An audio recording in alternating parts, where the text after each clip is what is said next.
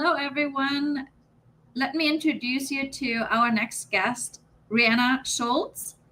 And she is talking about growing up insecure journey of getting into cyber. Welcome, Reanna. Thank you so much. I appreciate it. So, yeah, just the kind of a quick introduction with what I'll be discussing is growing up insecure and essentially the lessons learned from my journey for those who are trying to break into cyber or just needs a different perspective on a journey in cybersecurity. So, like what was said earlier, my name is Reanna Schultz. I am born, raised, and from Kansas City, Missouri. So if you pay attention to football or anything, the Kansas City Chiefs is literally in my backyard. No, I have not met Taylor Swift, but I hear she's around here frequently. Now, I do have higher education. I did get my bachelor's and undergrad degree in cybersecurity from the University of Central Missouri. I do teach there part-time now, and it's always fun seeing that next generation come in. Now, I should update these slides, but I do have 8 years of cyber experience. I have a very technical background in endpoint security engineering, network security engineering, and now cyber defense with detection engineering and SOC work. So I guess I am a jack of all trades. And besides my love and passion for what I do during the day, I do have a lot of passion projects. I love playing chess and reading books. I grew up reading Nancy Drew, which is what I blame for a lot of my sleuthing that I do have in my day-to-day career with analysis and incident response. I do have a podcast called Defenders and Lab Coats. It's where I dive into different cyber breaches, and I also bring on different community guests as well to talk about their journey. And I do love community outreach, like stuff like this. I really enjoy putting myself out there. So hopefully someone can connect with someone in the field. And then also, if you guys have any questions, right, it's nice to put a face to a name. Now, I always tell people, please connect with me on LinkedIn. I will have QR codes throughout the presentation. No, they are not malicious. I always get that comment, but scan them, connect, and it's also resources I do provide as well. Now, a few takeaways. I am going to be discussing about my journey, again, the lessons learned, and then also some free things that you guys can take into your classroom. And classroom is a broad term I like to use throughout this presentation. This can be a classroom as in a mentor teaching someone in their day-to-day. This can be a physical classroom. This can be a virtual classroom, or essentially things that you guys can teach in your own. Maybe your home office is your classroom. This is our place of learning, and I want to make sure you guys have resources to be set up for success. Now, I grew up in a very, very small town. For those who are not from the United States, that's okay. I grew up in a town called Odessa, Missouri. It's very rural. I always say there's more cows than people in this town. And I was very involved in a farming culture. I was part of FFA, which is Femur Farmers Association, 4-H, and I was very big into trap shooting. I never got into hunting. I just liked firearms. So I still do shooting for a fun activity here and there. So, it's really fun. Something about patience and just really zoning in and just adjusting. And of course, because I grew up in a rural area, I also had a lot of chickens. And so you'll see chickens throughout my presentations. I do not have chickens now. My HOA would be very not happy about chickens, but I do love them. They are really fun animals and they just all have their own personalities. I As I was kind of going through high school, I did get involved in some activities outside of the farming community. I was really big into color guard. If you do not know what that is, think of it as dance, and you get a flag and swords and a wooden rifle and you spin it. If you watch the movie Cadet Kelly, there is her intro essentially to what it is. I was also really big into music. I really enjoyed playing the oboe. I played it for almost a decade. I did not go professional with it. I actually gave my oboe to a local school now, so someone else can have the gift of music.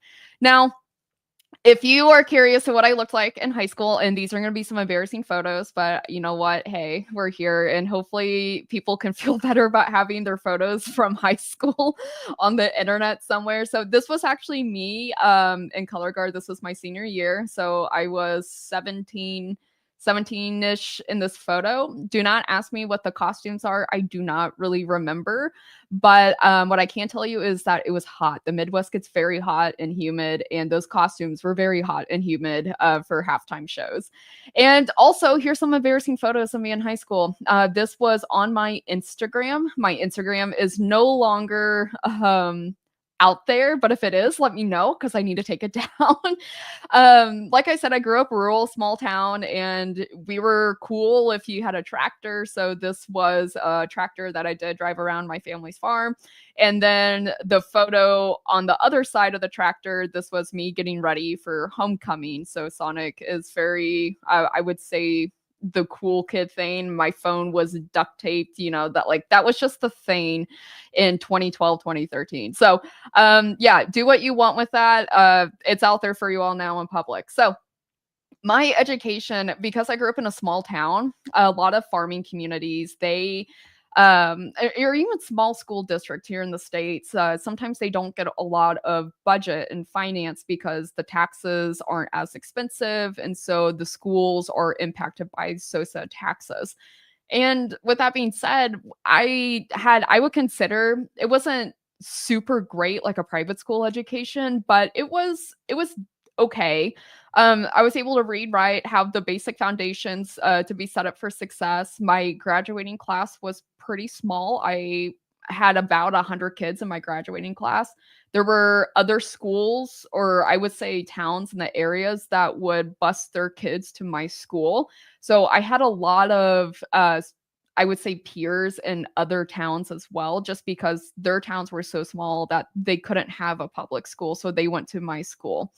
And out of this, I kind of want to show some cool photos that we have here. I feel like every small town has like you need to see this. So if you're ever going through Missouri, there is this creamery called Odessa Creamery, and it's the nostalgic small town staple. It's really, really cute. It has like an old diner vibe, and it's a very hometown feeling.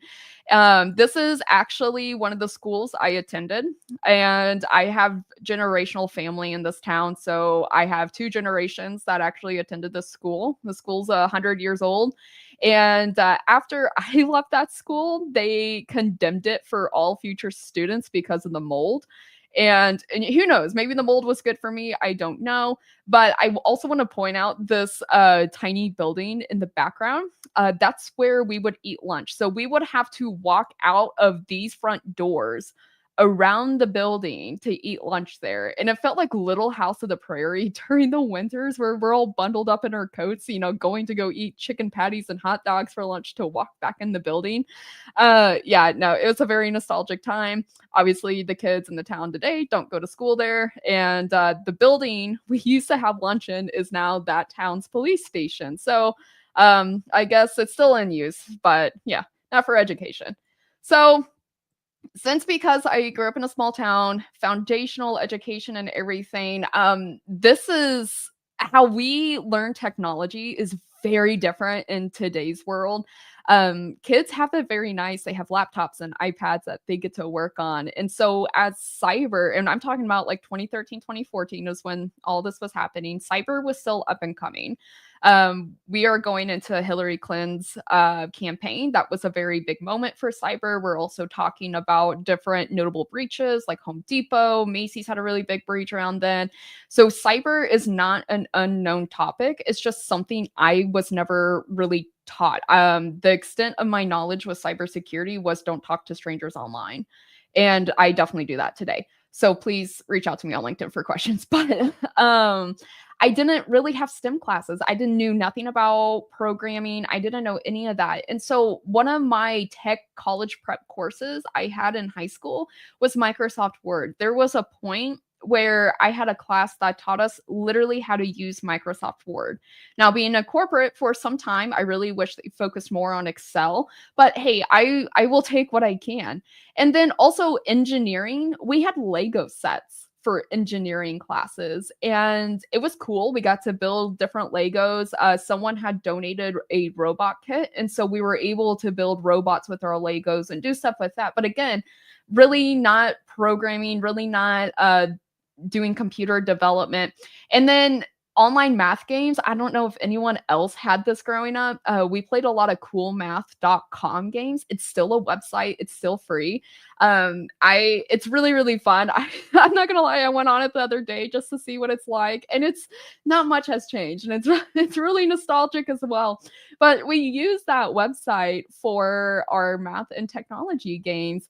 And then, of course, my quote unquote computer class, that was the computer class, was a keyboard typing class.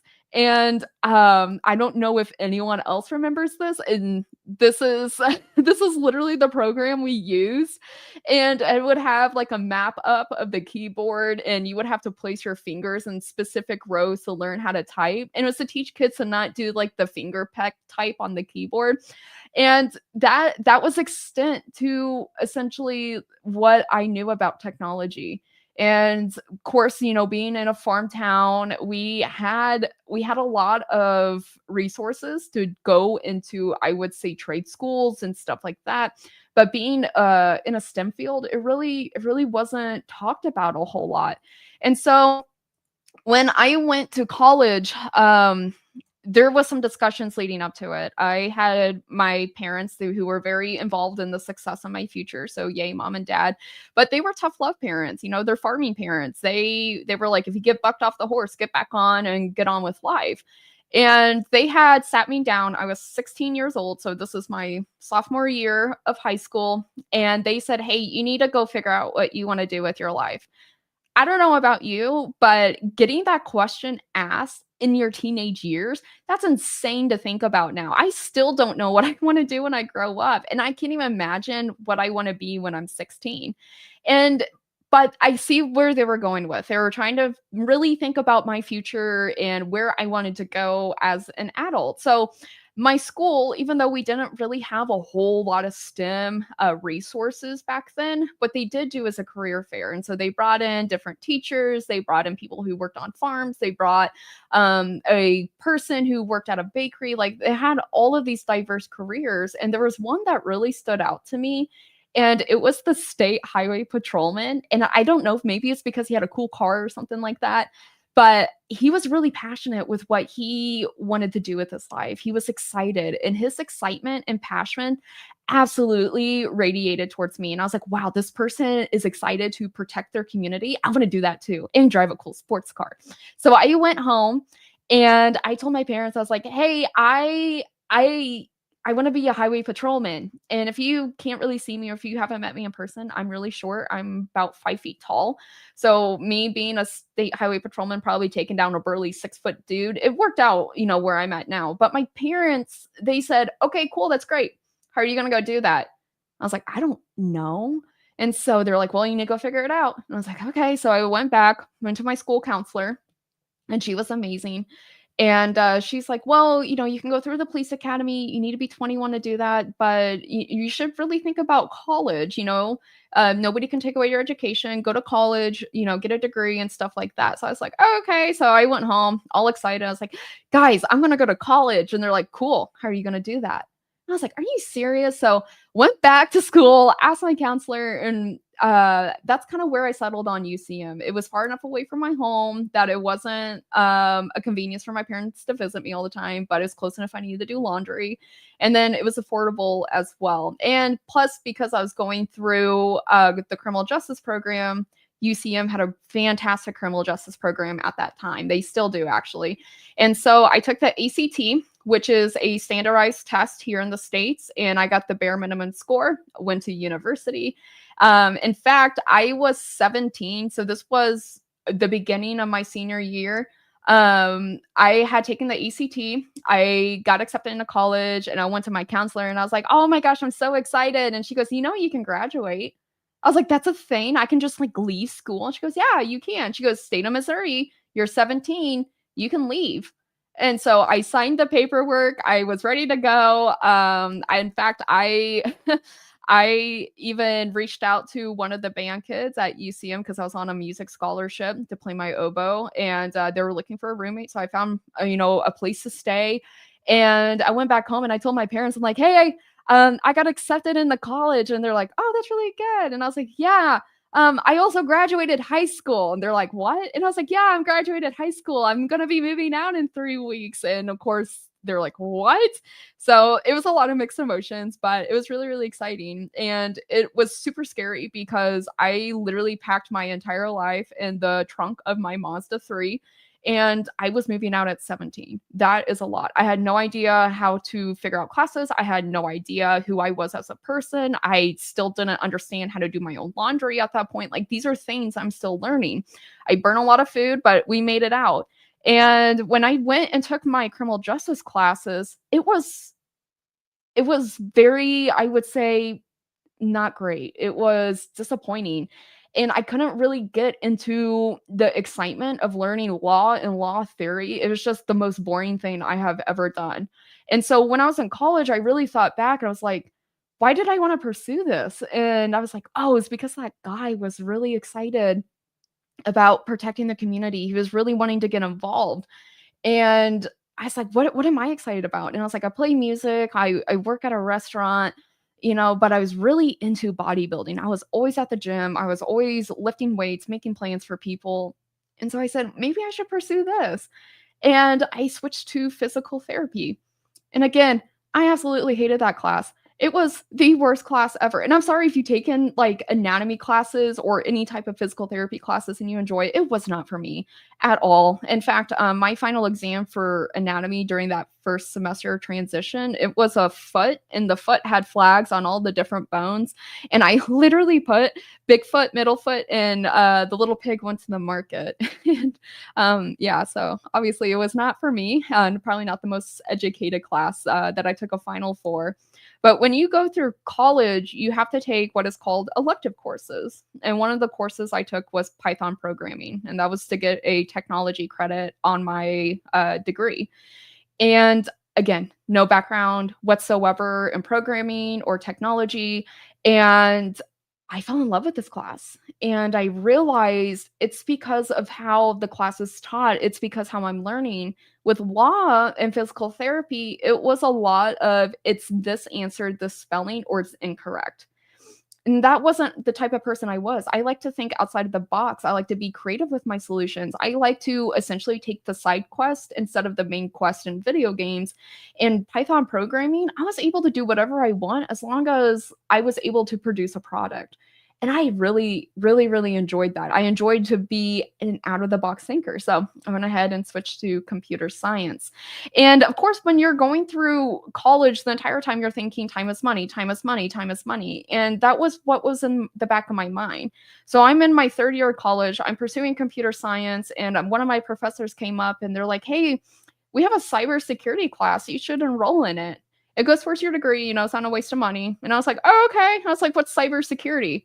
And they're like, just go enroll in the class. And I'm like, okay, cool. So what's cybersecurity? And they're like, yeah, just go enroll in the class. I'm like, what is cybersecurity? And and I went in this class. I had no idea what it was. Again, like I had no information about cybersecurity. And I realized in the first class I took, I had been spending hours and hours coding for a project just so some internet troll can go in and break that code in like 3 seconds for their own like malicious intent. I was like, sign me up for this. This is cool. And I realized like my passions were really into I look back at the Nancy Drew books. I look back at like things I did growing up and I was like, wow. I was like, it was just right in front of my face. And I just had to be uncomfortable taking risks and be vulnerable and potentially fail to know my interests and my passions. And so one of the things that one of my professors told me, and he invested a lot of time in his students, and he said, if you truly want something, you have to go and own it.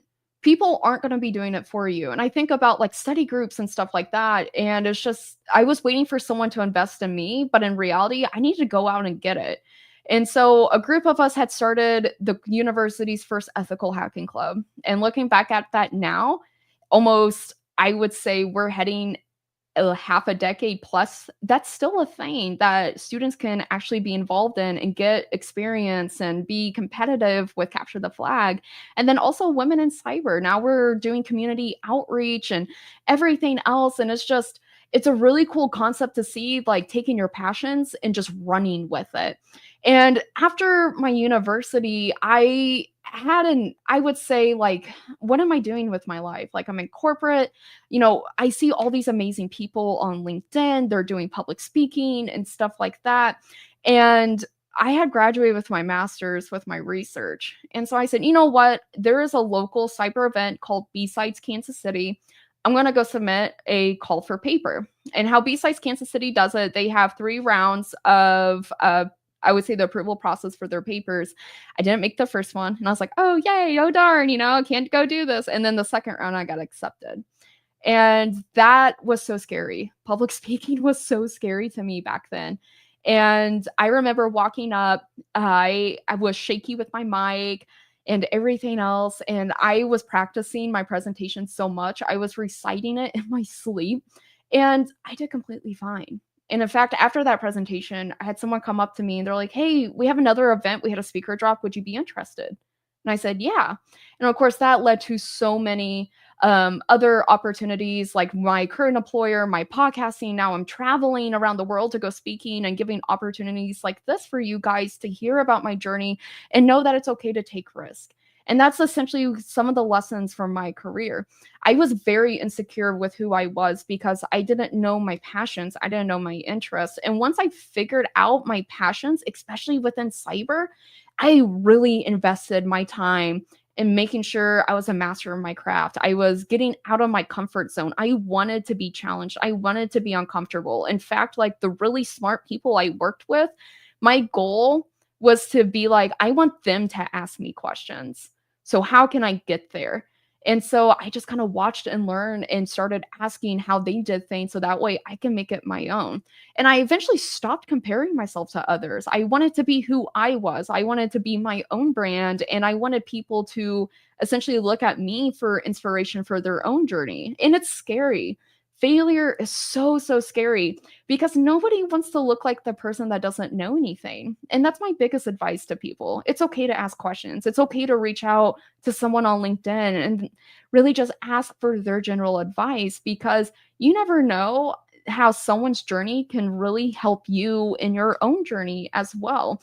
And of course, one of the things I definitely want to give back is some free materials for you guys who might be looking at, hey, how do I find my passions? How do I find my interest in cyber?